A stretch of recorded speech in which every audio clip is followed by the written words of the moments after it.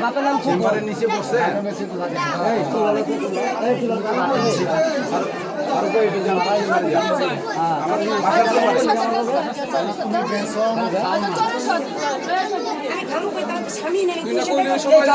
সব খায়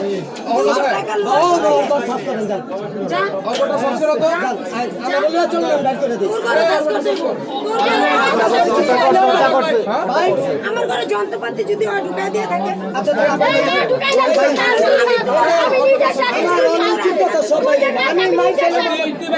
আমি